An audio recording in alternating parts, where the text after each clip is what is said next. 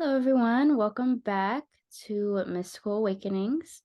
We'll be continuing our classes, and today we will be talking about the ego and continuing on that subject. Yes, this is one of the most important classes if you're trying to figure out how to sustain a loving relationship. Usually the ego is not very involved when you're creating a loving relationship, when you're falling in love. But it's amazing how quickly people fall out of love. The reason why has to do with the negative ego. So I'm calling this class, which is class number 6, a deeper look at the negative ego. We did talk about it some in the class on the shadow, and it's important to note that the shadow and the ego are not the same thing. The shadow has to do with being able to reflect outside of you what's in here, the things that we keep hidden even from ourselves. But the negative ego is not like that. The negative ego, well, actually, let me say this. The ego is neither negative or positive.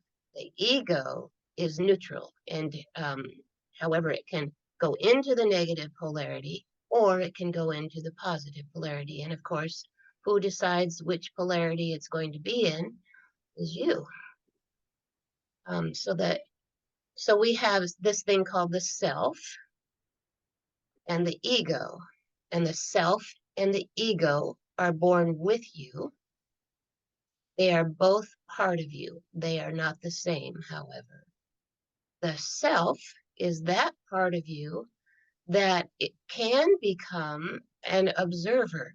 So, in the Buddhist tradition, how it talks about when they do meditation, you're supposed to have a quiet mind and go into that observer mode. You need to be observing your thoughts. Mm-hmm. Um, well, at a higher level, that's the self, right? Who's the observer? Well, yourself is the observer. Mm-hmm. But it's the self that's devoid of a negative ego. So when you go into that observer mind, you're doing it without an ego, without any kind of negativity. You're noticing what's going on in your mind, uh, what kind of thoughts are going through your mind, and if they're critical or judgmental or what have you. Um, but the observer self isn't criticizing what's going on in your mind, it's just observing. So when we're born, the self and the ego are born with us. Now, we're not a body, we've talked about that, and we're not even in this body.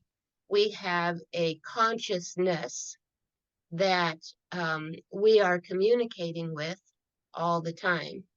And what the ego is, it's that part of us that is the experiencer of life. The ego uses our five senses to report to the conscious mind what's going on in my life. It's reporting what I'm seeing, hearing, touching, tasting, smelling, and so forth and so on. And we report that data. The ego reports that data to the conscious mind. And then the self is supposed to reflect on that data and decide what to do about it. But here's the problem. When you're born, you have no way to reflect on anything Mm-hmm. because we don't see a bigger picture. We don't understand the meaning of anything. Mm-hmm. And so the self takes things out of context and it misperceives things and gets it so it gets the meaning of things all wrong. And when you're really young, it's really obvious how this functions. I was an elementary school teacher for years, and then I was a preschool teacher for years, and I had 3 children of my own. Now I have 5 grandkids, and it's so interesting to watch a 2-year-old. They have no impulse control whatsoever, and they will go and take somebody else's toy Or with my grandsons, one brother, the older brother, will makes this nice thing with blocks or something, and the younger one just goes, Mhm. you know, smashes it all down, with no remorse at all, no Mhm. shame at all. That's because they have no self-control. Mm. And as they mature, they learn more about right and wrong. Mm. This takes a lot of time, right?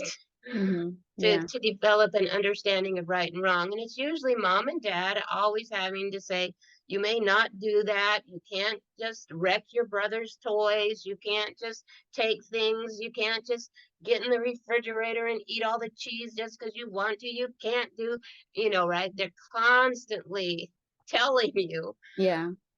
right behavior from wrong behavior. Yeah, it's almost like we start out as like little sociopaths. Like we don't have no sense of, empathy. And just no sense of right and wrong. And Yeah. that's called being innocent. We're just innocent at that age, but unfortunately it's a parent's job Mhm. Yeah. to keep pointing out over and over and over and over Mhm. what's okay to do and what's not okay to do. And of course some kids get punished, you might get sent to timeout, and if you have bad parents, they'll be abusive to you. Mhm. And eventually the child learns that if I behave X, Y, and Z, I'm going to get in trouble. This is going to happen. Mhm. And that's how we learn right from wrong. Um, but remember when in that class too, I talked about negative scripts? The Yeah. negative script it develops early, Mhm.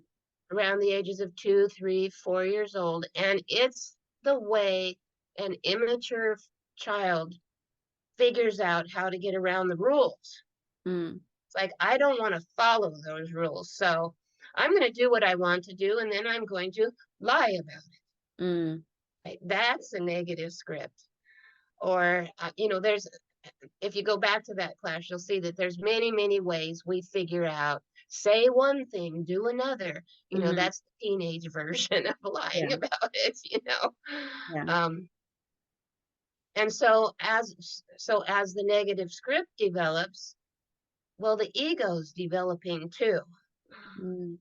And the ego, by the time you reach adolescence, well, it knows the difference between right and wrong. It's been punished probably plenty of times, Mhm.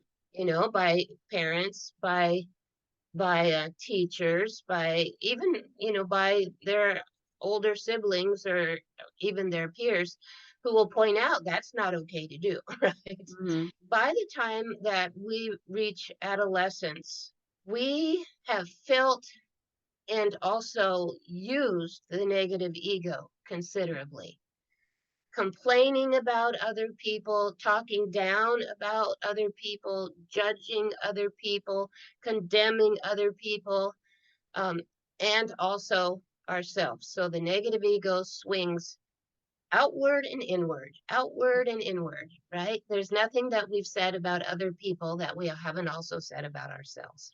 Mhm. That's why judgment's a double-edged sword, because as soon as we turn it outward, there's four fingers turning back, right? Mhm. Um, and then the wounding happens, and at the time of wounding, the self is humiliated. Mhm. That part of us, which is now beginning the process of self-reflecting, and the ego is shamed. And that's when the ego really turns its negativity on the self and blames the self. This is all your fault. You're stupid. You're an idiot. You're a loser. You're no good. So Mhm. that's negative ego self talk. But Mhm. it also turns its negativity on other people. Mhm. Because don't forget, adolescence is the time that we're suddenly judging everybody. In childhood, we don't judge anybody. We Mhm. take everybody at face value. You can go up to a bum on the street and, not Mhm. even notice that they smell. Yeah. Yeah, you don't have any of that kind of stuff. But in adolescence, you put on these magnifying lenses And basically, you're going, that person doesn't measure up, and that person doesn't measure up, and they're ugly, and this, Yeah.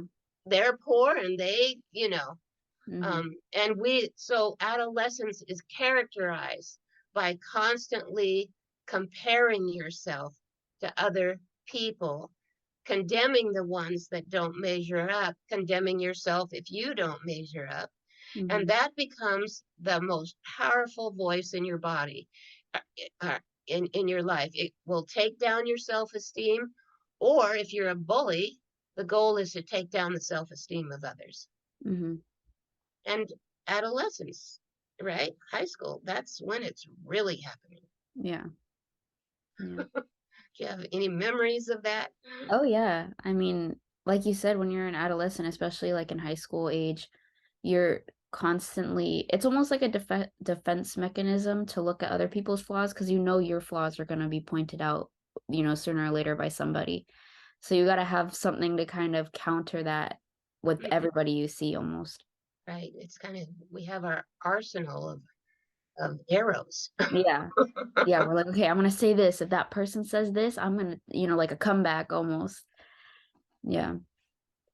So during that time of wounding, the self puts on a mask, Mm, and it, that mask is designed to cover your flaws. So mm, you put on a mask called the acceptable self or the idealized self. And it's generally it's not so much, well, it can be a mask that's really acceptable to your parents, but mm, it also can just be a mask that's acceptable to other peers, especially if you don't like your parents at that time and you're doing a lot of rebellion. This is the mask I'm going to wear. I'm going to be the badass. I'm going to be I'm going to be out there smoking weed and doing this, that, and the other.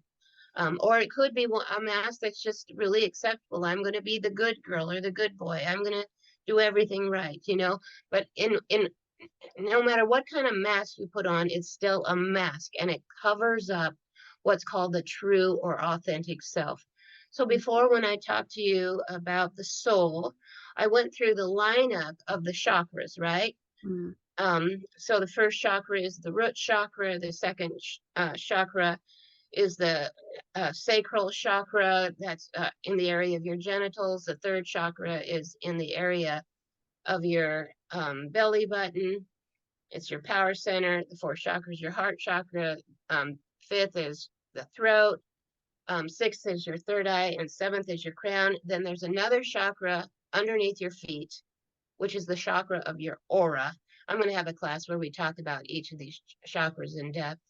And then above your head, the ninth chakra is the chakra of your true or real self. So it's not in the physical body. It's up here, and it's often called the authentic self. And the authentic self is that part of you that's absolutely real, absolutely honest. It's um, once you finally align with it, it's going to be the part of yourself that understands spiritual truth. mm, And so the goal in this on the spiritual journey is to begin that alignment process with your authentic self, because the authentic self is real. mhm, The authentic self is honest. The authentic self can call a spade without using the negative ego to do that. mhm, Um, and then above the ninth chakra is the 10th chakra, which is the chakra of your higher self, then your soul, then God. So, and I think of these top chakras here as the chakras of your higher consciousness, as your connection to your higher consciousness. So when you're an adolescent, you put on that mask, and you could wear that mask the rest of your life. mhm, There's lots of people who do wear that mask the rest of their lives. But as I said, the goal in the spiritual journey is to finally peel that mask off mhm, so that you can become real and authentic once again. mhm, And in order to do that, you have to begin to differentiate yourself between the voice of yourself, which is supposed to be a voice that is self reflective, thinking before you act, thinking before you speak, Mhm. thinking about your future and what it holds if you continue on a certain trajectory, Mhm. thinking about your life's purpose and what you're here to do. That's the job of the self. And of course, when you're little, you can't do that because you don't have a bigger picture. You don't have anything to reflect upon. And Mm. so all this time, you're developing a self that has the ability to self reflect. And you're also developing an ego. And at the time of the wounding, the self tries to hide because it's been humiliated. It has felt like it's made some kind of horrible blunder because of this wounding. And the ego turns really dark. If it wasn't dark before, now it's really dark. And then you're off and running. Mhm. a, a, an inauthentic self or an unreal self that's now inhabited by a negative ego. And that's called the fallen one. Mm. So it's kind of bad news for the world. Yeah. Let me get to that. Let me see on my notes.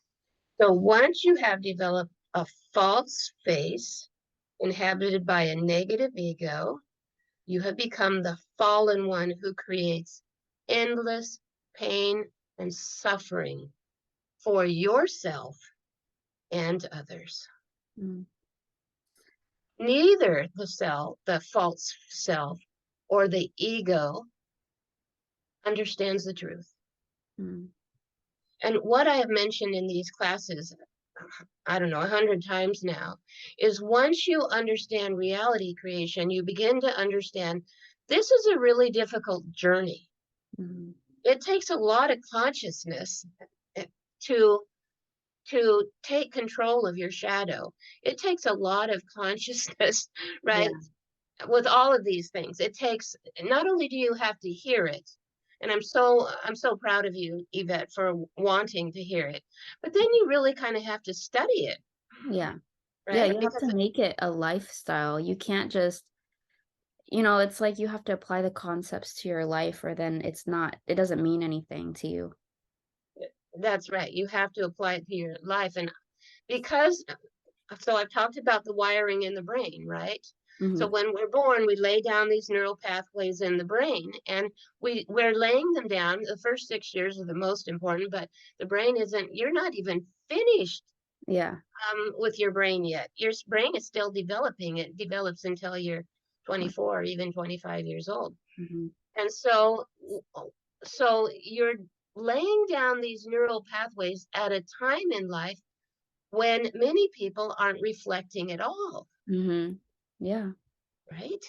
Yeah. And then the negative ego begins to develop, and then negative ego is unkind, and one could say even cruel. Mhm. And often you're just as cruel to yourself as you are to other people. And so the neural pathways in the brain become locked in Mhm. at this time. And once those neural pathways are locked in, then anytime you're under stress, you go right back to what Lazarus calls the paths of least resistance in the brain. Yeah. I'm no good. I can't do anything right. I'll always be a failure. And remember, the time of the wounding is also the time that the dark law develops. Mhm. So now you can begin to understand why this is a pivotal Mhm. moment in your life, this experience in adolescence. For anyone who's missed the previous classes, this it's a tragic experience in adolescence Mm. that changes your whole life forever, Yeah. um, and one that will affect you your entire life unless you consciously heal it. Yeah. And it's almost like it's an addiction. You can't because your brain is charged is connected to that idea that it just reverts back to any negative ego, whatever you want to call it. And it's so hard to break that because, one time you could, say, hey, no, like I'm not going to do this anymore. And it's like, great, you did that one time. But then the next time you get stressed out, you still are going to be negative. and then you have to tell yourself that again and tell until, maybe five times, 10, 20 times later. And then you're like, oh, I'm not going back to that negative script Mhm. anymore. But you have to actively work towards not going into that negative script. That's right. Mm. And it's not 5, 10, 20 times. It can be 5,000 times Yeah. that you have to keep telling your truth. So that's how you develop the true self, right? You Mhm. have to keep telling your truth over and over and over again Mhm. until you have gone through the process of rewiring your brain. Yeah. There's nothing easy about it. It takes Mhm. constant vigilance to be able to do that. Yeah. Yes, the truth is, you're doing the best you can with the consciousness you've got. You Yeah. would do better, and eventually you will do better. But it takes conscious, careful, concerted effort of being that conscious observer Mhm. and noticing Yeah. I'm doing that negative ego.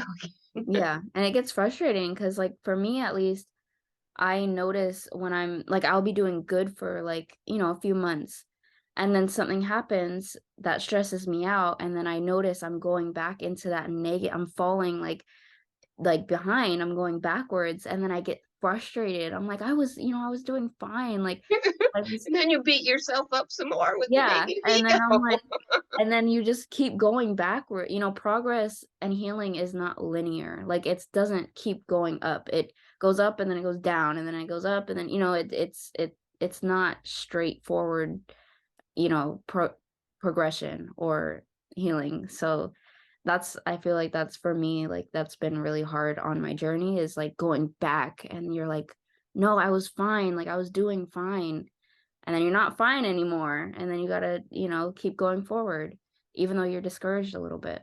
Mhm. But that's always when the negative ego comes up, is when you're not. Mhm. Yeah, it's when your shadow is telling you, "Hey, like, that we're testing you almost, like, if you fall into that negative script, you're just gonna keep doing it, so you gotta fix it." Mhm. Right. Yeah. So what I want to talk to you now is are statements that the negative ego makes that literally destroy your relationships. Mm, I learned these things when I was in my psychotherapy class. I read this book called Seven Habits. Is it Seven Habits That Make Marriage Work? I think that's what it's called, mm, by a man named John Gottman, and he talked about these things. But it wasn't until I went to therapy myself. My daughter and I were having conflict. My daughter's in her 30s, and she and I were having conflict. So we decided to go to a communication therapist. And lo and behold, she used this communication therapist. Her name was Josh. She used these principles from the seven principles that make marriage work, to teach everybody, whether they came in with their partner or with a friend or like mother daughter or whatever. She used these principles. And as I was reading through these principles as a psychotherapist, I went, oh my God, this is the mhm. Yeah. negative ego.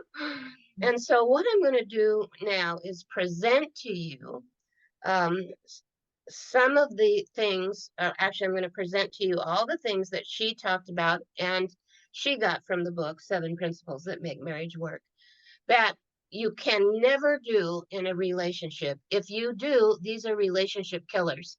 And let Mm, me talk about John Gottman for a minute before I go on. He was a really interesting psychotherapist. He used to work with couples and he got really curious about why some couples divorced and why some couples stayed together. So he created something called a love laboratory. mm, And what he would do is he would invite couples in to have an argument. mm, And he would have them all hooked up to all these like monitors, like heart monitors. And you could tell if their heart rate was going up, their blood pressure was going up.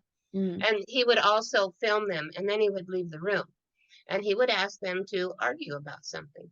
mm, And so as a result of this research that he did, he was able to pinpoint which couples are going to stay together, they're mhm, going to work through their issues, and which couples aren't. And he found that the ones who broke the most jewels are the ones who broke up. Mm-hmm. And so my therapist, Yash, that's what she calls these. These are the jewels, and you never break them. Mm-hmm. And because I don't know about, well, actually, I do know a little bit about you, but I'll speak for myself because my parents constantly fought, never resolved a single argument, that Mm-hmm. there was a lot of yelling and screaming that went on in my house. I didn't learn good communication skills. Yeah. Yeah. It just didn't happen. They didn't have good communication skills. Mm-hmm. Obviously, they didn't learn them from their parents. Mm-hmm.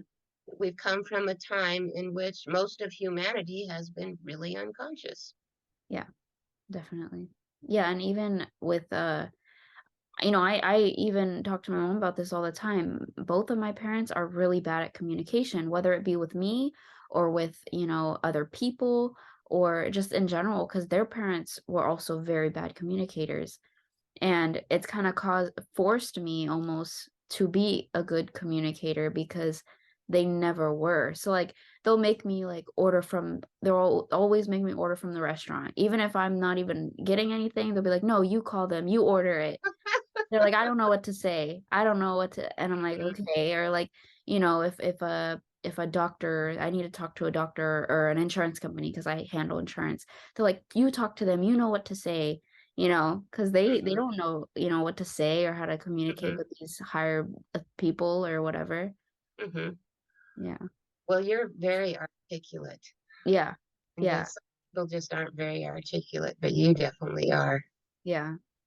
So, what I want to do now is go through the list of the jewels. And if you're watching this, you might want to have a pencil and paper Mhm. on hand and then just jot down which of the jewels do you break on a Mhm. regular basis. And so, when my daughter and we each got this list. And the therapist asked us, well, just go through this and mark the ones that you know you're guilty of. Mhm.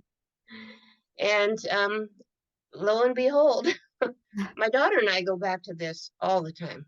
Mhm. And learning this is it's a learning experience, right? Developing new communication skills is a learning experience.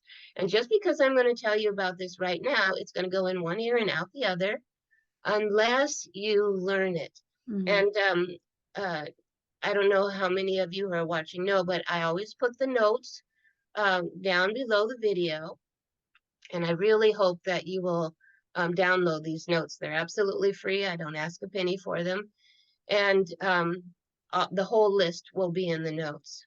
So if you're wanting to improve your communication skills and you're wanting to maintain a loving relationship with your partner that doesn't, go up in flames, Mhm.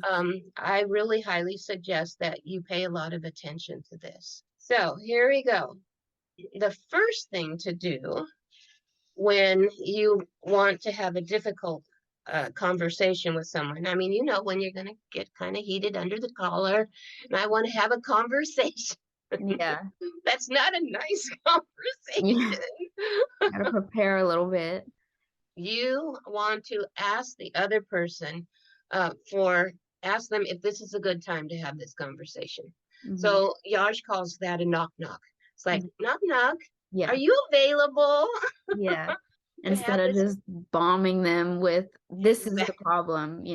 Yeah, and I have to admit I'm really guilty of that with my daughter. I just launch in, Yeah. and it's like she's really made me aware it's not a good time. Yeah. So, and you want so if it's not a good time, you want to set a time. Well, Mhm. when would be a good time? Would this evening be a good time? Well, they might say, well, I've got this deadline coming. How about if we do it after that? Or whatever. So it's really important that you get permission Mhm. to have this difficult conversation without just launching into it. Yeah. So a lot of the other ones in here are so when we get to yours, are your parents? Mhm. I want you to be able to speak about it. So another one that's really obvious for most people, but it's surprising how many couples don't do this, is no yelling or aggressive speech. Yeah, I'm guilty of that. Yeah,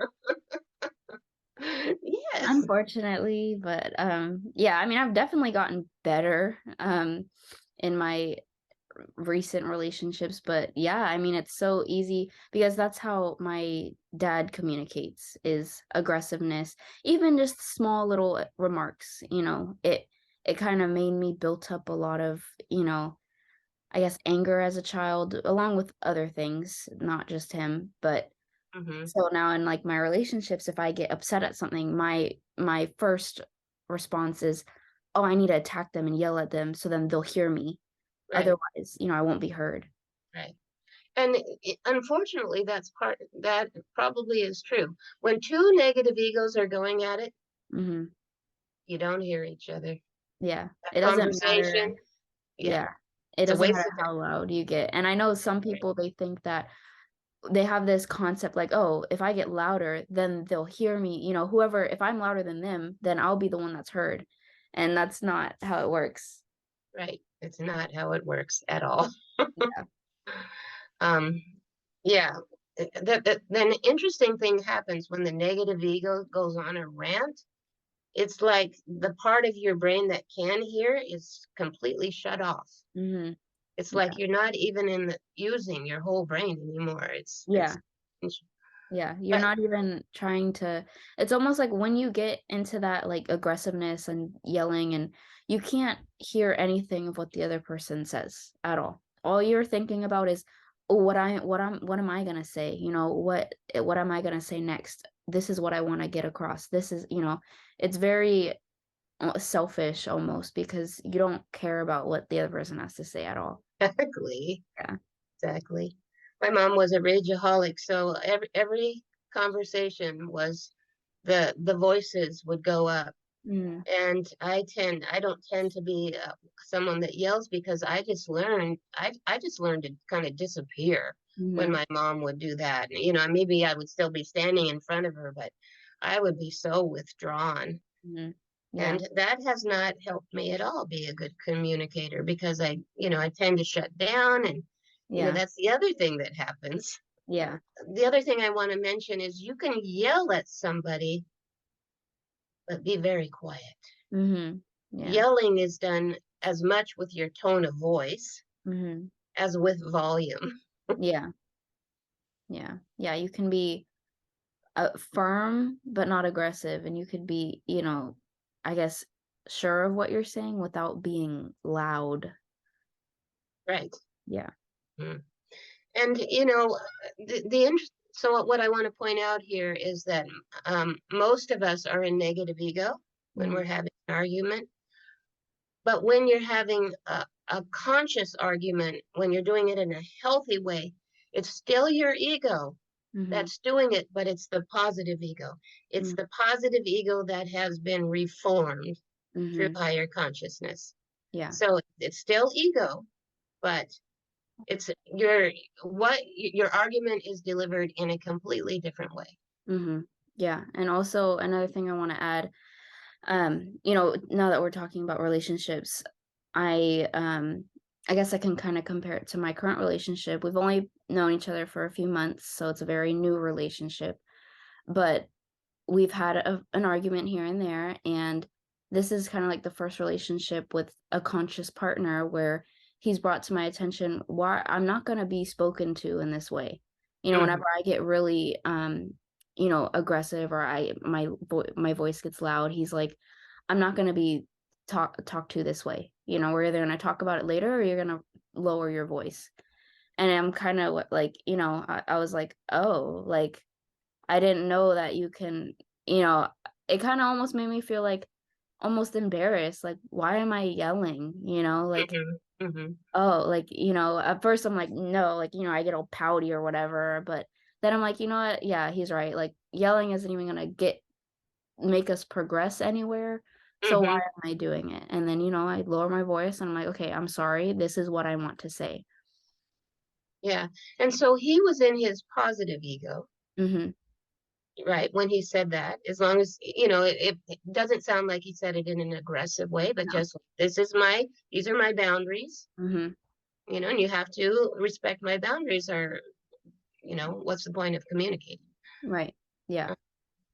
And you're also bringing up another really beautiful point, is that because this is a learning experience, when a couple are both evolving together, they can really help each other Yeah, through this. because you point out like your partner knows you almost more than you know yourself because they have a view of you, an external view that isn't clouded by, internal judgment or, your own personal opinion of yourself because you've known yourself since you were born. You've seen all your bad parts, you've seen all your good parts. But then again, like you could be very clouded by things because, just the way that you see yourself is different, completely different than how anybody else sees you. Hmm. So your partner, I feel like, is a very good person to point out, why are you doing that? You're doing your negative script again, or what you're Right, doing, you're a negative ego. Why are you doing that? And then it allows you to step back and why am I doing that? And right. reflect Hmm. more. Hmm. Yeah. Well, I do want to say though that for you that's true, but other people would just get defensive and Yes. attack. Yeah, it takes two conscious people to do that. Yes, Yeah. you're absolutely right. It takes Yeah. two conscious people, and if you're with somebody who does just get defensive and stays with their ego, then you have to just ask yourself, do I want to stay with this person because the handwriting's on the wall? Yeah. Yeah. And before, this is my first relationship with a conscious person. Before, when I would get negative or, I'd be in my negative ego and they didn't, my past partners didn't know what the heck that even was. They would just kind of, okay, like let me just wait for her to yell and then we'll move on. They didn't know how to put up a boundary. They didn't know how to tell me, "Hey, you're doing that thing again." They would just sit there, roll their eyes. "Are you done? Are you done?" Kind of thing. And it made me more angry, and then I kept getting Right. negative, and then I would feel ashamed. I'm like, "Why am I so angry at them? But they're not doing this?" Well, that's because with their eye rolling, that's negative ego. Yeah, and I'm like, "Why aren't you?" And I am a very strong communicator. I need communication in a relationship. And when you're just sitting there quiet, rolling your eyes, that to me, I get so angry. That's like my number one.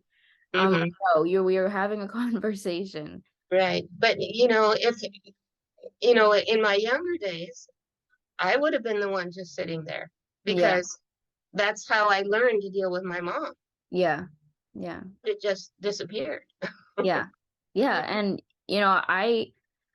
to me, it's like if a person's like that, I've been like, why are you doing this? But I need also that other person to be able to talk about their past trauma and why, and to know why that they're being like that. And some people haven't connected the dots yet, and they're just like, this is how I am. And those, I can't, there's nothing I can do. There's nothing I can learn. There's nothing we can evolve from if you don't know, you Right. know? But you're asking people to do a very high level Yeah. skill who Yeah. haven't even had the education yet. Yeah. Yeah. Or That's they're why we're just, doing these classes. yeah. So you can have all your friends watch the classes and get Yeah. along with them better. Yeah. I'm like, hey, you need to watch this if you want to be friends with me. Like, you know, I just, yeah, because it gets frustrating when, it's like you're speaking in a completely different language. Exactly. And Hmm. you basically are. Yeah. So let me go on with this list, or well, we can go on and on with these. Yeah. So the next jewel, never to break, is belittling other people. Hmm. With Mostly the way people do this mostly is with their tone of voice. Hmm. Yeah. Really. Yeah. Shaming people, mocking people, scolding people, and being condescending. Hmm. Condescending is a tone of voice that puts people down, Hmm. puts people in their place. Yeah. And most people are guilty of that. Yeah. And you can see how that's going to kill your relationship. Yeah. Yeah. Because then it kind of leads to a resentment also. Because then you feel like, oh, this person doesn't even think that we're equals, like this Hmm. person thinks that I'm I'm inferior to them. So what's the point of being in a partnership if this isn't a partnership?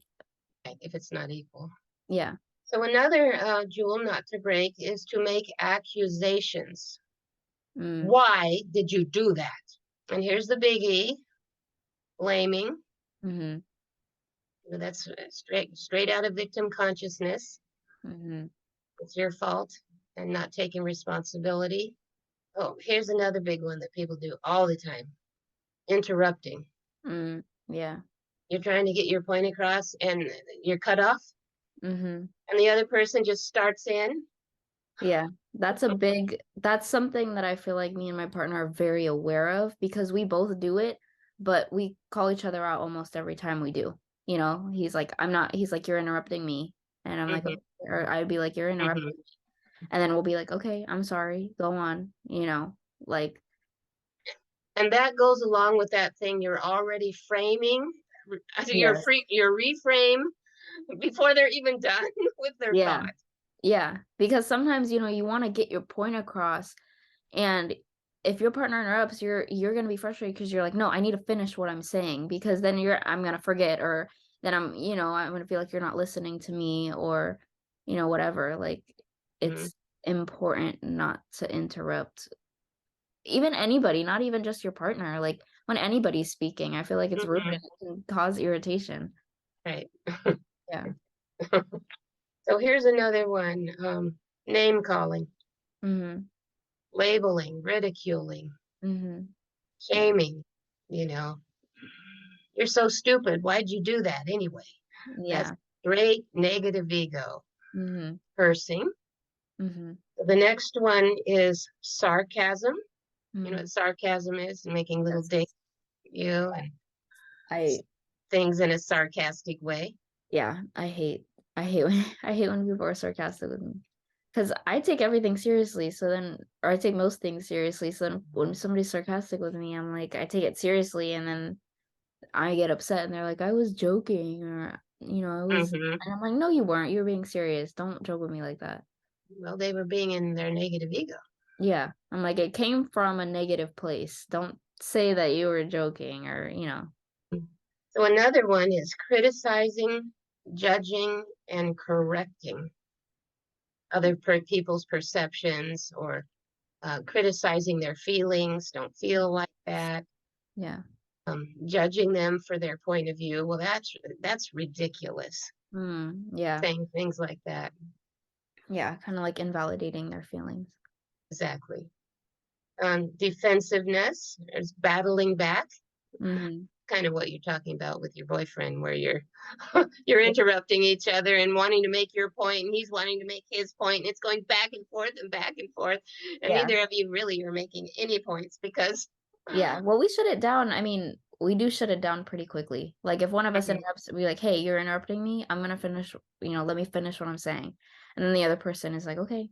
Like we shut it down quickly, but I know I've been in some situations, not with this partner, but where it's like a loop, it's not gonna end because almost like for one, yelling, I feel like is a part of this also is that if you're just yelling back and forth at each other, no one's listening, so you're just gonna keep going. Right. So another jewel not to break is dismissiveness, and so that's where that eye roll comes in. Yeah, yeah, um, so head shaking, like hand flipping, yeah, saying whatever, this kind of thing. So also saying calm down or relax. mm, Uh, all of these things are dismissing the way the other person is feeling in that moment. mm. And I don't know, because I feel like in this partnership, sometimes, like, I get very excited very easy, and I can get very angry very quickly, and then sometimes, like, my partner would say, "Hey, like, you need to relax or just calm down a little," like, but he doesn't say it in a mocking tone, he just says, "Hey, you need to calm down." Would that be considered dismissiveness, or is that something else? Well, I think that could be positive ego, because if he's seeing that things are really getting out of hand, Yeah, he might say instead, it would be really nice if you calm down so I could think a little bit and yeah, or maybe reframe it a little bit. Yeah. But I've said that when I've had psychotherapy clients that have come in and they're just, just out of control. I'll Mm. say, I've said this to them, maybe you could take a few deep breaths, Yeah. and I've had them just scream at me Oh my gosh. because they just felt so offended by that. Yeah. Yeah, but I mean, I feel like there's a line between saying like, hey, you need to calm down because, they're dismissing your feelings, or hey, you need to calm down because you're getting too angry and it's crossing my boundaries.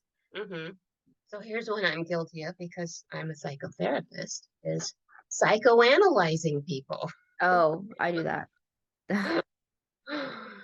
Yeah. And it was interesting to me when I went to Katie and my daughter and I went to see Yash.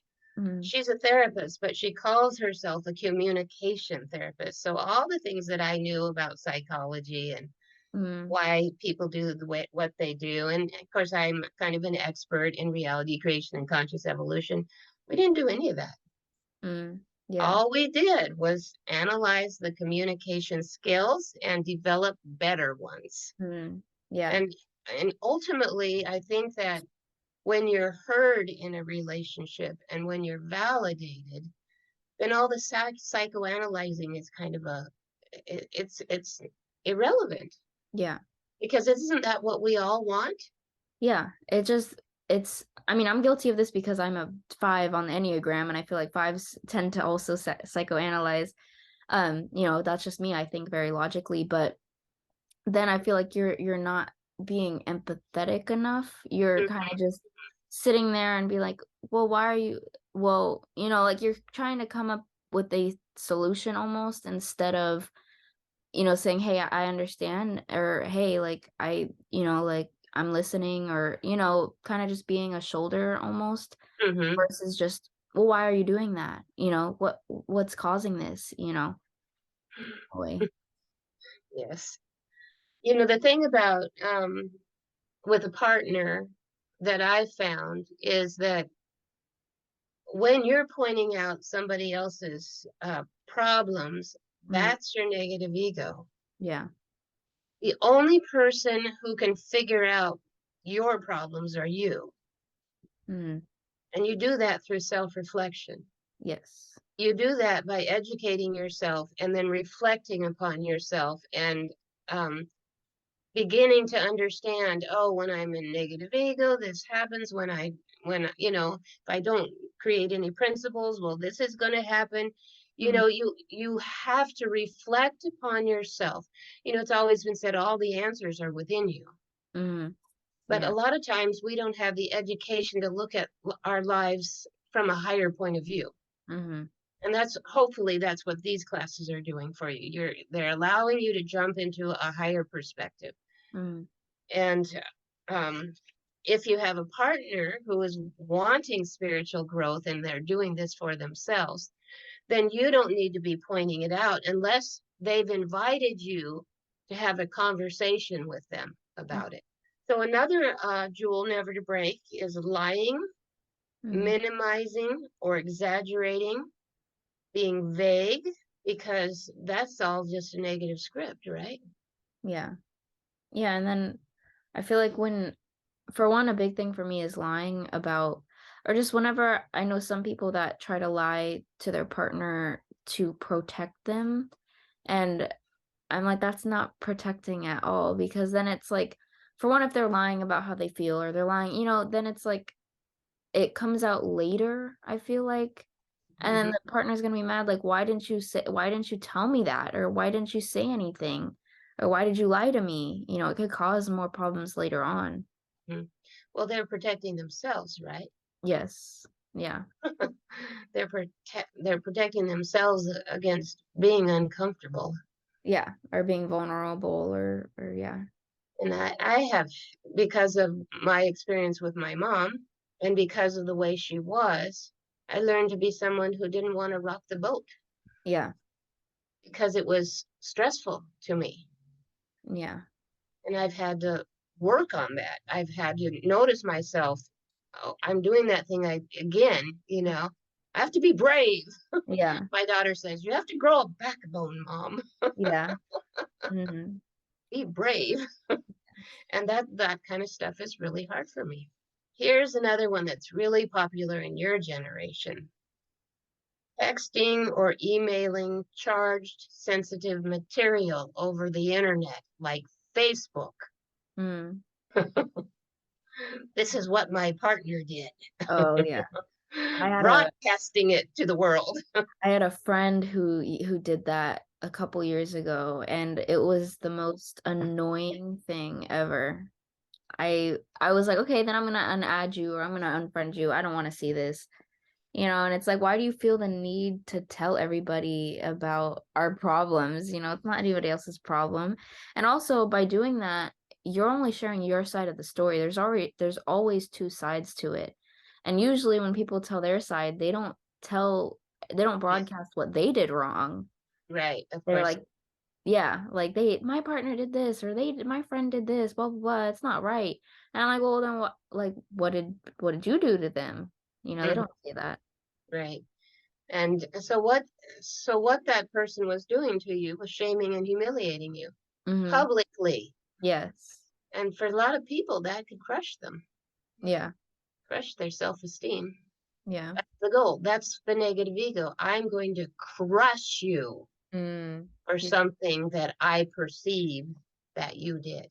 Yeah. Or they just want to make you feel bad or they want to, like, wow, I hurt them so much that they have nowhere else to go but the internet. It's like, Hmm. you know, that's all very ignorant. They want to get other people sway the opinions of others. Yeah. And that's what happened to me my freshman year of high school. I had like there was this rumor made up that I said something and then one girl posted about it and then my whole friend group found out and then they started blaming me for something I didn't do and then I lost a whole group of friends for it, Hmm.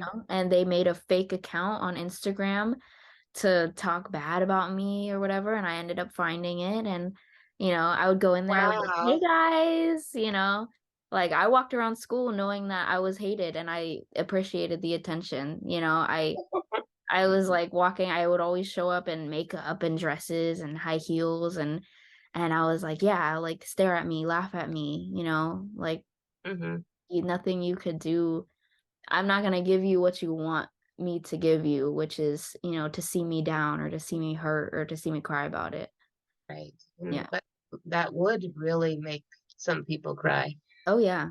And it Yeah. would be utterly and completely shaming and humiliating. Yeah. But good And for you. Stood up for yourself. yeah. But that's becoming a really, really popular way to use the negative ego to get back at people. Yeah. Because it almost gives you a sense of power, Absolutely. Yeah. That's what the negative ego does. Every time that you judge and criticize and condemn another person or say something mean and cruel, it gives you a sense of power. Mm-hmm. Yeah. It's fake power. Yeah.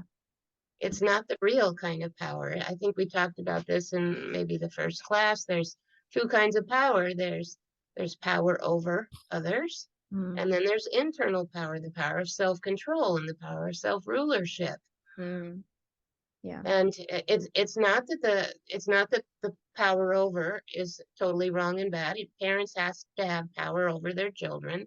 They Mm. have to make them follow the rules and so forth and so on, hopefully in a kind and respectful way. But there are times when it's needed. Yeah, it's responsible power over others. Hey, that's a great way to put it. But the power, the internal power, the power of self-rulership, well, that's a totally different kind of power, and it's the harder one. Yes. I have to put boundaries around my ability to do bad things to other people. Yeah. Or almost like for example, like with me, like I had to have the internal power to stand up for myself, and to it's almost like confidence too. I feel like you have to have confidence to have power because if you don't, then it's going to be so easy for others to break you down. Yeah, Mm, exactly. Especially in this day and age. yeah. So here's another one that I was really guilty of, and it is saying things like, "You never do this," or "You always are doing this to me." Yeah. And that's a terrible mistake because the other person can come back at you and say, always. Yes. Yeah. They'll be like, "No," and then, "One time I did this for you," and Hmm. yeah, and it can kinda lead to that back and forth thing. So it's kind of over exaggerating the truth. Yes. That's going to get you nowhere. Mhm. Yeah. And guarantee you, never got me anywhere. So another one is pushing or convincing. This is one that my daughter kind of does. If she wants me to do something, she just keeps at it and keeps Mhm. at it and keeps at it, trying to break down my resistance. Mhm. Yeah. I think teenagers probably know that one pretty Yeah. Yeah. I don't think I did that. Maybe, I'm trying to think. I don't think I did. well. Lots and lots of teenagers do that one. And, you know, my daughter's in her 30s and she still kind of does that. Oh, yeah. Adults can do it too. Hmm. Okay, so another one is directing and instructing and people and trying to solve their problems. This is the way you need to do it. You should do it like this. Yes. Yeah. And I know when people say that to me, I want to wring their neck Yeah. Yeah. because it's like so insulting. How would Yeah. you know what I should do? Yeah, and it's like it's almost like you're trying to control them. I feel like the healthy way, like I know you're talking about like negative things that people do or jewels that you can't break, but also I think that it's important to know what you should do as a counter because for example, all these things like you should have a boundary, you should be able to tell them, "Hey, this is what you did and I didn't like that. I would appreciate it if you did it this way." You know, Hmm. kind of something to help them understand instead of confronting them or attacking them, which it will just make them defensive. Just say, "Hey, like this is what you did. Not saying you have to change it, but it made me feel really bad, and I think it'd be better if we handled it this way." Hmm. And if you said that with the right tone of voice, that's your positive ego. Yes. Yeah. So it's not just a negative ego. Yeah. Yeah. You We can't. we never get rid of the ego. Yes. Yeah. We either use it negatively or positively. Mm, So here's another one of is complaining and whining mm, constantly. yeah. Constantly complaining heart about your partner, whining about what's happening in your life, or Mm, it's so old, yeah. really fast. Yes. Disappearing, not engaging, withholding, the silent suffering Mm, type. yeah. I did so much Yeah. Yeah. when I was younger. Making condemning conclusions like this marriage sucks, it's Mm, over, you yeah. know, Yeah. that will kill your relationship. Yeah, I kind of advise like don't ever like if you're gonna use the words break up, because I know sometimes people threaten like, "Oh, I'm gonna break up with you if you do that," or I'm gonna, they say that, and I'm like, my thing is like, I'm like, don't say you're gonna break up unless you're actually wanting to do it. That's right. Yeah, like you never want to say that unless you really mean it. Hmm. Of all my years of being a psychotherapist, I have had people break up in my office Oh wow, when I'm kind of pointing out certain things. yeah, that'd be so awkward. It's very awkward. Yeah, yeah, This is hard work. yeah. Oh yeah. And the other one is boundary breaking, gossiping, triangles, bringing up the past, telling your best friend about all the bad things about your partner. Yeah. That's breaking boundaries. Yeah. So I just named 24 different jewels. And my daughter and I keep this on our refrigerator. She doesn't live with me, but she has one on her refrigerator at home. And I have one on my refrigerator. Mhm. Yeah. And if I want to do a knock knock, Yeah. I'm looking at this thing going, you broke this one, and you broke this jewel, and you broke this jewel. Yeah. Or like when you're about to, call her for a fight, like you're just staring at the fridge and okay, these are the ones Yeah, I can't break. Okay, am I gonna do that? right. Think about what you're saying. Well, that can all be done with negative ego too. I mean, you can use these things with your negative ego to pound your partner over the head. Yeah. Yeah. This is tricky. Yeah. It's always about the attitude with which you're bringing these things up. Yes. So so the attitude that you need to have is that um, I have to learn these better communication skills, which means I have to practice them. They're going to come up because everybody has a negative ego, and the negative ego gets away from us at Mm. times. It just does, Yeah. and you can't help it. Yeah. But so the goal of doing this work is to realize, well, this is what's building my skills. Mm. And it's also, when I look at my daughter, it's what's building her skills. So if I don't say certain things to her about the jewels she's broken, then I'm enabling her Mm. not Yeah. to build those skills, and vice versa as well. If Yes. she doesn't say things to me, then I never build those skills. Then I'm never paying attention because, it's like out of sight, out of Yeah. Yeah. Yeah. I mean, I've had this conversation too with my partner. I told him like, hey, like I, we have we call it calling out. And at first he was like, yeah, like, when we first got together, he was like, yeah, you always call me out. I'm like, no, like, I want you to call me out. I want you to tell me when I'm doing these negative things so then I don't do them again. mind. Like, you can't let me keep doing it. It's Right. an effort. Like, yes, of course, compatibility is a big thing in a relationship, but it's also the effort that you put into working with each other and growing and not allowing each other to fall into a negative ego. hmm That's right. And it takes work and effort because believe me, Yeah. by the time I learned these things, I had these paths of least resistance in the brain that just went there. Yeah. Yeah. So it's, everybody likes to think, oh, it should just come naturally. Like, yeah, it should come naturally, but it's like anything that is positive, even like, like athletes, they have to train day in, day out to make something positive or to work up to the goal that they want to be. Same thing with the relationship.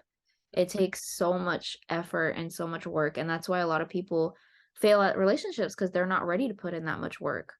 Right. Yeah. So I like this method where it's all written out because you could like leave and have an interaction that doesn't make you feel good, but you don't really know why it didn't make you feel good, and then you go here and you go, oh yeah, it's because I felt that you were putting me down, you were a little bit condescending to me. Otherwise, here's the other thing that happens when you start an argument. This chemistry happens in your body. The adrenaline gets going, you got cortisol that's going. It's Yeah. like all that stuff is kind of shutting down your brain. Yeah. Yeah. So so as long as you come at this with the right mindset that well, we're going to practice our relationship skills Yeah. today, and it's not nothing against you, nothing against me. It's just that this is our opportunity. Yeah. And as long as you have that good attitude, then um, it doesn't hurt to bring up a knock knock. Yeah. And we have a difficult conversation right now. This is hard for me, but I Yeah. would appreciate it if we could work this through. Yeah. Yeah. And I That's feel like with all of these things, it's like you said, like it depends on how you use them. Like, I'm sure your partner wouldn't appreciate a knock knock every hour, but right. you can't use it to make you feel more secure if you're just an insecure person. hmm But, it can help in a lot of ways where you're approaching a difficult conversation in a healthy way. Right. Right. And it's just another way of being mindful. Yes. Here's some more things to keep in mind as far as conscious, responsible communication is concerned. So the first one is always do a check-in with your partner. Mm. Um, if anything feels off in the relationship, it's like, can I check in with you for a Mm. minute? You started out that way doing a knock knock. Can we have a conversation about it? And if not a good time, then wait till later. Mm. Um, then, so say your partner has said, well, you you were sarcastic to me. I mean, they look at this chart, that I'm looking at right here. I'll show you the chart. Yeah. The chart. Yeah, you're looking at the chart, and it's like, well, you did this one and this one, and what the partner has to do. And I'm not just talking about a sexual partner, because my daughter and I obviously aren't that. Mm. But whoever you're arguing with or communicating with, that person had to say, yeah, you're right. I'm sorry. Yeah. I need to do that over. Yeah.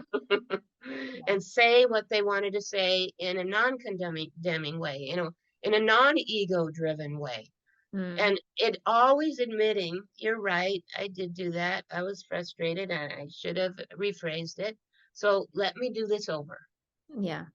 So, and so these are called repair attempts. Um, Here's another thing. Say things in ways that are least likely to trigger negative ego. Mm. And sometimes that's absolutely impossible, because depending on how conscious the person you're with, if they're 100% unconscious, you know that no matter how you bring it up, it's going to trigger negative ego. Yeah. You know people like that. Yeah. For sure. Yes, I have someone in my life like that. It's just like, oh, we're Yeah. just never going to work through anything in this life, I guess. Yeah. Mm. Um, but the goal is to say things in a way that um, is respectful, Mm-hmm. like all the things I was just saying. So the next thing to do is always use I messages. So you start out by giving just factually descriptive behavior. You said this and I said this. And then you go on to, I think this is what I think about those things. Mm-hmm. I think that this was hurtful, or I think that maybe we should have a do-over or something of that nature. And Yeah. then you talk about the way it made you feel. Yes. Made Yeah. me 'Cause feel, I know that within a lot of couples, I've heard this before, I don't know where, but saying sentences like you, like you did this, you made me feel like this, it comes off as attacking, right, or that's the correcting it. because that's the negative ego, Yeah. and that's blame. Yeah. Yeah. And that leads to defensiveness. So if you can make I statements, Yes. yeah. This is what I heard. I could be wrong, but this is what I heard. Mm-hmm. This is what I think about it. This is how I feel about it. Mm-hmm. It doesn't, you're not attacking them because they have their own point of view. Mm-hmm. That's Yeah. the other thing that this communication therapist really stressed with me and my daughter, is that you have your worldview Mm-hmm. and you have your worldview, and they might not have anything to do with each other. Yeah. Yeah. And your worldview is based on your history and things that are important to you and all kinds of things. Mm-hmm. That is different than what's going on in this person's worldview. So Mm-hmm. it's very important never to invalidate somebody's worldview. You cannot agree with it, Yeah. but never invalidate it. Yeah. And that's another hard thing to do, Yeah. especially when you're having an argument. Mm-hmm. Next thing is to start by identifying the narrative that's in your head. Mm-hmm. So this is where you can begin to analyze yourself a bit. You don't want the other person analyzing you, but wow, I have this story that when somebody says this to me, I go immediately into self-defense when it's not really necessary. Remember, we're talking about you can't self-reflect until you're a certain maturity level. Mm-hmm. And, in childhood, it might be as I said earlier, the child that's um, taking their brother's toy and then getting hit in return. They don't understand why. Mm-hmm. Like, why did that happen? They haven't, Yeah. they, they just don't get that. But in adolescence, people could be saying to you, and also adulthood, and you misinterpret Mm-hmm. what they say, taking it out of context. And all of a sudden, you have felt attacked when no attack was meant. Yes. And so that's when you have to begin to look at the story you tell yourself. Well, why did I feel that way as a result of you saying that? And especially if you can open up a dialogue with this, the other person's like, well, could you just tell me what you meant by that? Mm, And again, this helps both of you to evolve and grow as you do that. Because otherwise, if you never question your own perceptions, then they always stay the same. yeah, you don't grow or evolve. Hmm. And this is also when you can go back to your childhood. This is what happened to me when my mom or my dad was doing this. Mm, And therefore, I am reacting. I used to, right, reacting in exactly the same way. Always communicate without blame and validate the other person's point of view, no matter what it is, even if you don't agree with it, you can validate it. mhm, So those are the jewels. mm. And now that I've gone through them, can you understand why they are relationship destroyers? Oh yeah. Yeah.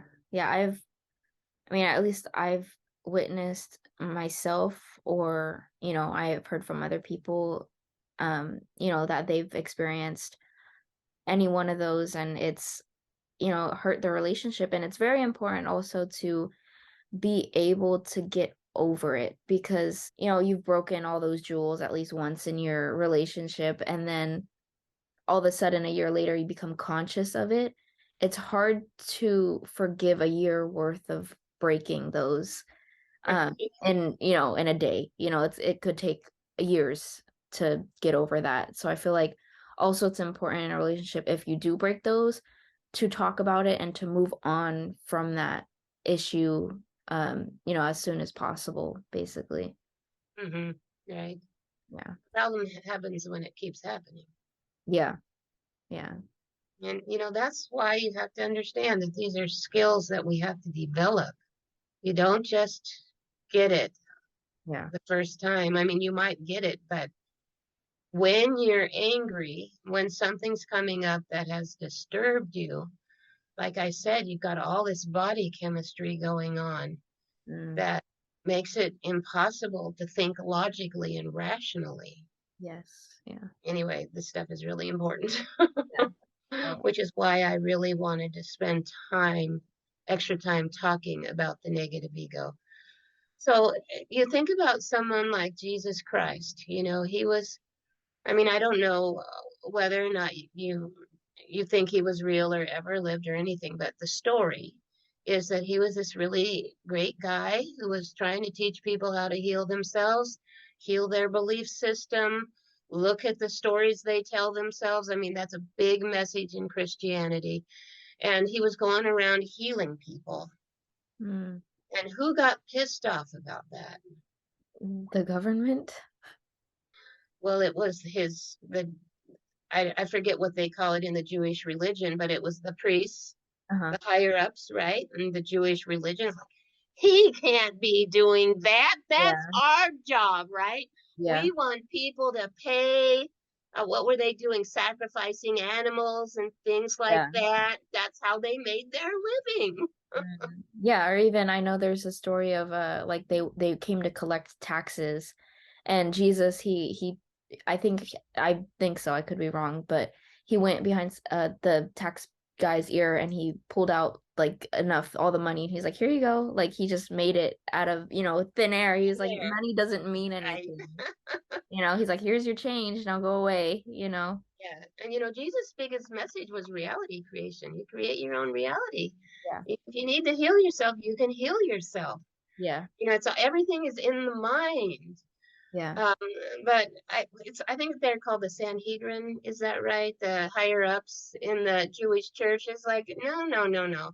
He can't be telling people like that. They're taking people away from our congregations. Yeah. We don't want that. Yeah, and So then they're not depending on the government anymore, the higher ups. yes, and so they're negative egos, and this is negative ego killed Jesus. Yeah. The negative ego said he's wrong, he's bad, he's a danger to society. He needs to be done away with. Mm. Negative ego kills, Yeah. literally. And if you're not aware of when you're going into negative ego, probably it's most likely going to kill your relationship with your kids Yeah. or your partner or your associates, business associates, Mm. all the important people in your life. I Yeah. mean, maybe literally you're not going to pick up a gun and shoot somebody, but I can guarantee you anyone who has done that is in negative ego, except maybe if you're defending your country or something. They're in negative ego when they do that. Yeah. They are so inflamed and so they have not had the ability to separate themselves, to have that conscious observer mind and go, what the hell are you doing? Yeah. Look at the thoughts you're thinking. This is really, really important work. So what I'm talking to you about, so all the classes so far have been about purification. So last class was the negative ego. Look at yourself, see what kinds of things that you're holding inside, create your principles, put boundaries around it. I'm not going to be like that. Yes, it's in there, but I'm not going to act upon it. And I do want to say that your guides from the other side, they're all telepathic. They all hear every thought you think. So even thinking these thoughts, they're very much aware of what's going on. So the goal in the spiritual journey is to purify your thinking, to purify your belief system, ultimately to purify your body if you've been taking in a lot of toxic food or cigarettes or toxic substances, drugs, what have you. Wow, I need to purify my belief system. I need to purify my heart. I need to purify my body. And when you do, you begin the process of shifting paradigms. So I've said before that the body is in the third dimension. So we live in a three-dimensional world, and we are going through what's called a great awakening. Have you heard of that, Yvette? Yeah. The Mm. great awakening. So the entire world is in the midst of a planetary shift in consciousness. And if you can shift consciously, Mm. it's a whole lot easier than to believe a lot of the narrative that's going around and do foolish things and harm yourself.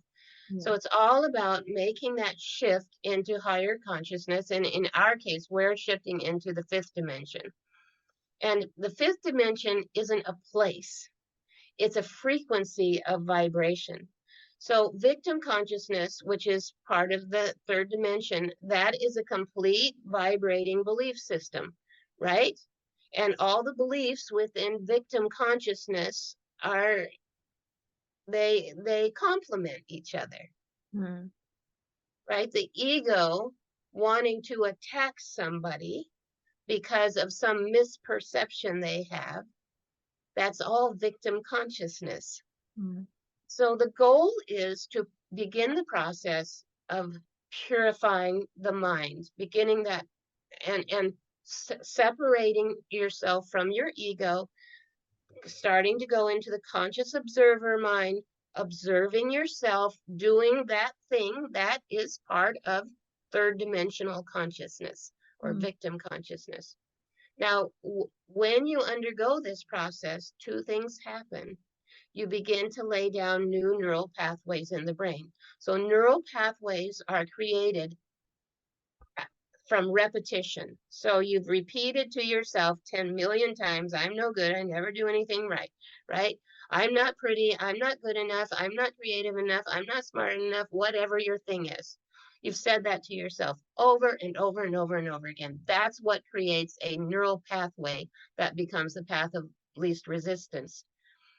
As you evolve, you begin to put down new neural pathways. So now that you know about the negative ego and you've decided now I'm going to develop my communication skills, as you notice these things coming up, you're in your observer mind, you notice them coming up. It's like, oh, I'm doing that thing called blame again. I'm belittling that person. I'm doing XYZ. I'm not doing that anymore. Mm. So you're bringing it into your consciousness every time you're doing it. And then pretty soon you lay down new neural pathways, and the new neural pathways will be the pathways that are in alignment with higher consciousness. Mm. And the old neural pathways, if you don't use it, guess what? You lose it. And Mm. in this case, this is good. Those old neural pathways begin to disintegrate and disappear. And once you've completed this process, you have a memory of the way you were, but Mm. you almost can't believe it. But you're just not there anymore.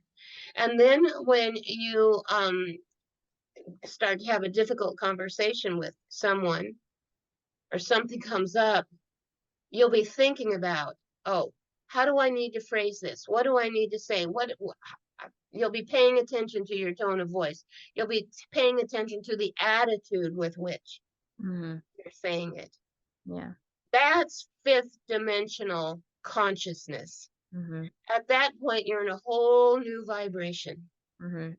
Yeah. which is really exciting. So that's the first thing that happens. And it's a long process because, again, it's repetition, repetition, repetition. The Mhm. second thing that happens is that different aspects of your DNA begin to light up. Literally, you start becoming a whole new person. You're more intuitive, you're figuring things out quicker. Mhm. You might develop psychic abilities or healing abilities that lay dormant within you. Mhm. So that's why you want to be in higher consciousness. Yeah. Yeah, it's ultimately the goal. It's just a whole lot more fun. Yeah. Yeah. You have so many more tools. Those tools actually are healing to you, Mhm. healing to the world. You become a gift to the world Yeah. instead of a problem in Yeah. the world. That's the class on the negative ego. So in time, the authentic self takes off the mask and you can be who you really are. Yeah. Isn't that gorgeous? Yeah. Yeah, I mean, I feel like that's the purpose of life. Yes, that's the purpose of life, but you'll be surprised how many people don't Yeah. Don't know it. never fulfill that purpose. Yeah. Yeah, and I feel like that's why a lot of people are, like, for example, with me, before I knew all this stuff, I was like, "Oh my God, what is the meaning?" At first, I was like, growing up in a Christian church, I was like, well, the meaning of life is they tell you your purpose here is to spread God's word. Almost like it's to convert everybody to believe in the Christian God. That's what I thought my purpose was. I'm like, so I'm supposed to like invalidate all these people's cultures and religions and Right. tell them that Mm-hmm. they're wrong. As a kid, that's what I was like, that sounds horrible. Like Mm-hmm. that Mm-hmm. sounds like I'm gonna get beaten to death. Like, I know people who go on like these, mission trips to like Africa or whatever, and they literally get killed because those people that like these, colonizers are coming over to their country and telling them that their religion is wrong. Mm-hmm. That's what my purpose was told to me at a very young age. Mm-hmm. And I knew that was, complete, you know, not true. But Mm-hmm. until I realized what my purpose actually was, to consciously evolve and to reach that higher state of consciousness, I didn't feel like I was any close to any sort of sense of fulfillment in my life. Right. Yeah. But at the same time, I have to say, I mean, I really validate what you're saying, but I also have to say, as I have evolved, maybe it's just because I'm a psychotherapist who wants to help people, but it's like planting seeds of healing Yeah. into the world is really important Oh because we yeah. live in a really dark world. Yeah. Our negative ego is everywhere. Yeah. Yeah. Yeah, of course. I mean, definitely you should tell people about whatever has helped you to have basically just have good intentions. But if your intention is to say you're wrong, I'm right, if you don't do it this way, you're going to hell, Hmm. that's something, completely different. Well, that's negative ego. Yes. But I do believe that this is where our entire world is going. We are in a process of waking up, and we're waking up to a lot of horrible things, Hmm. lies and manipulation that has happened to the human race. It's heartbreaking. this process of awakening, but it has to be done. Yeah. And when people awaken to how they've been and what they've done and the kinds of things that they have believed that are erroneous, it really can affect you deeply. But it has to be done. This is the process of evolving into higher consciousness. I mean, I'm not done in evolving. I mean, I'm still figuring out these whole communication skills things, and there's things that I learned in my childhood. I'm a conflict avoider, so I don't even want to deal with it. Yeah. Yeah. Yeah. I mean, evolution and growth is you're never done, Right, you're gonna be doing that forever. right. Yes, Unfortunately. many, many lifetimes. Lazarus says that God got us all that is still evolving. Yes. Yeah. It's eternal. Yeah. All right. Well, I'm done today. All right. And then do you know what we're gonna be doing in next class? Next class, I think we're going to be talking about destiny, life's purpose, and life's lesson. All right. Sounds good. That's a really fun class. Yeah, well, I'm looking forward to it. All right, cool. All right. Well, thank you for watching, everybody, and we will see you next week or 2 weeks. 2 weeks. Yeah. All right. Bye. Bye.